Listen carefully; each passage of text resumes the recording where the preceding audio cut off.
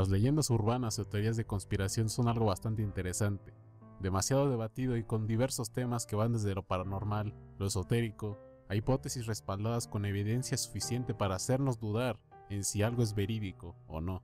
La información que te presentaré aquí es en parte un poco delicada, y de ser totalmente confirmada, podría revelarnos un lado muy oscuro de nuestro país, pero a final de cuentas, creer en lo expuesto en este video queda a tu criterio, así que prepárate y empecemos. Número 1.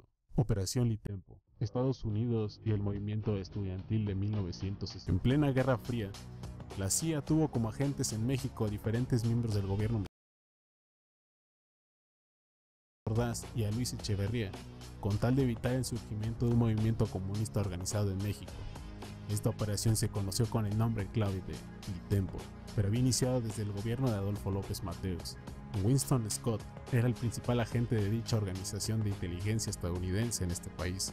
Él y sus compañeros operaban desde la Embajada de Estados Unidos. Los documentos de la CIA, ahora públicamente disponibles en los archivos nacionales en Washington, muestran que Scott se basó en su amistad con el presidente Gustavo Díaz Ordaz y el entonces secretario de Gobernación, Luis Echeverría, además de utilizar a otros altos funcionarios de la entonces Dirección Federal de Seguridad, la DFS, para informar a Washington sobre el movimiento estudiantil, puesto se les acusaba de estar coludidos con el comunismo internacional, un hecho que se debate aún hoy en día, puesto que meses después del 2 de octubre se pudo ver un cambio en el análisis de la CIA, tras darse cuenta de que no fue cierta la información que dio México sobre los orígenes del movimiento estudiantil. Es decir, estos informantes de Litempo, y en especial el presidente Díaz Ordaz, mintieron para poder reprimir a los estudiantes con cualquier oposición. En una revisión del programa, el jefe de Scott en Washington criticaba que se les pagaba demasiado a los agentes y sus actividades no eran debidamente reportadas, además de que se consideraba a los funcionarios mexicanos pertenecientes a este programa como poco productivos y muy aún en la actualidad. 8 meses después, Scott fue obligado a retirarse de su trabajo como jefe de estación de la CIA. Murió de un ataque al corazón en su casa de Lomas de Chapultepec un par de años más tarde. Número 2. El sexenio entre 2006 a 2012 es recordado por ser uno de los más violentos en la historia de México. Aun cuando ha sido superado por los dos periodos posteriores, es recordado porque en esta época se dieron acontecimientos que marcarían profundamente a la sociedad mexicana. Fue durante este sexenio, la conocida guerra contra el narcotráfico, que ha sido tan criticada por la sociedad así como por el resto del mundo. Es un tema demasiado delicado, pero es bastante interesante, del cual podría tratar en un próximo video. Mientras tanto, centrémonos en uno de estos pasajes oscuros. La noche del 4 de noviembre del 2008, un jet perteneciente al gobierno mexicano se estrelló en una de las zonas más icónicas y concurridas de la capital del país. En este vuelo perecieron todos sus pasajeros, y entre los fallecidos estaban el secretario de Gobernación, Juan Camilo Mourinho, y el exfiscal antidrogas José Luis Vasconcelos, además de dejar lesionadas a 40 personas que se encontraban ahí al momento del accidente. La versión que dieron las autoridades sobre el accidente aéreo fue que ambos pilotos carecían de la formación suficiente para manejar esta aeronave, y que básicamente la causa ocurrió por una serie de errores humanos. La grabación fue recuperada de la caja negra del avión. Está bastante distorsionada y no podemos asegurar que la transcripción sea del todo fiable, sin embargo no deja de ser muy fuerte.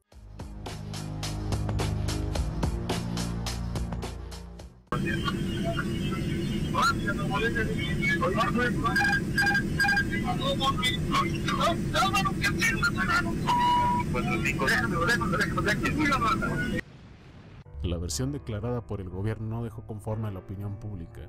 La especulación no se detuvo y con el pasar del tiempo se dieron lugar hipótesis que llegaban más allá de un simple accidente.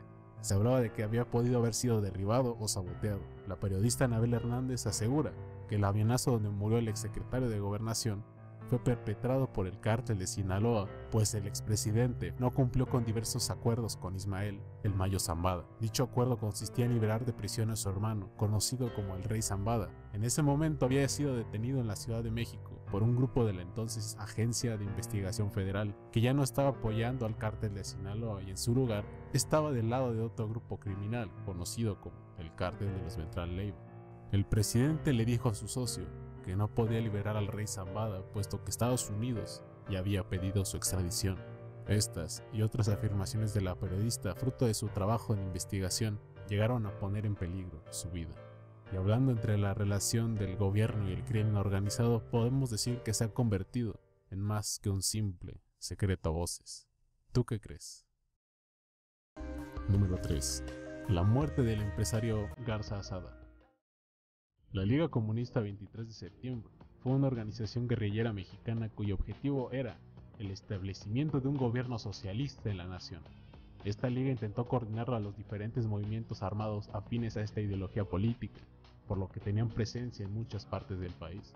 El 17 de noviembre de 1973, uno de los comandos de la liga intentó secuestrar al empresario Eugenio Garza Asada, cabeza del Grupo Monterrey. Sin embargo, el empresario fue asesinado en el intento, y este hecho indignó a políticos y empresarios por igual. Anselmo Herrera Chávez y Javier Rodríguez Torres, cómplices en este secuestro, intentaron sacarlo de su vehículo, pero supuestamente fueron recibidos a balazos por su chofer. Según los propios integrantes de la liga, el plan era mantener al empresario oculto, no asesinarlo, mientras se negociaba su libertad a cambio de 5 millones de pesos para financiar sus actividades y la liberación de una lista de presos de su movimiento. La muerte de Garza, además, dificultó la relación del sector empresarial con el entonces presidente Echeverría, que mantenía un discurso contra la iniciativa privada y mostraba simpatía hacia gobiernos de izquierda.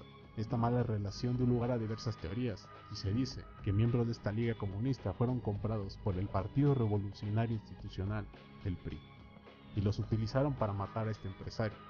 Además de que esta muerte les daría suficientes razones para legitimar la entonces Guerra Sucia, un periodo de la historia mexicana que recientemente se está esclareciendo, y da para mucho más que una sola mención. Sin duda alguna, la historia reciente de México tiene mucha información oculta que espera ser revelada. En próximos videos abordaré algunas otras teorías, no solo de México, sino de otras partes del mundo o quizás del universo. Acompáñame la próxima semana, donde estaremos buscando la verdad, más allá de los límites de lo establecido. Hasta pronto.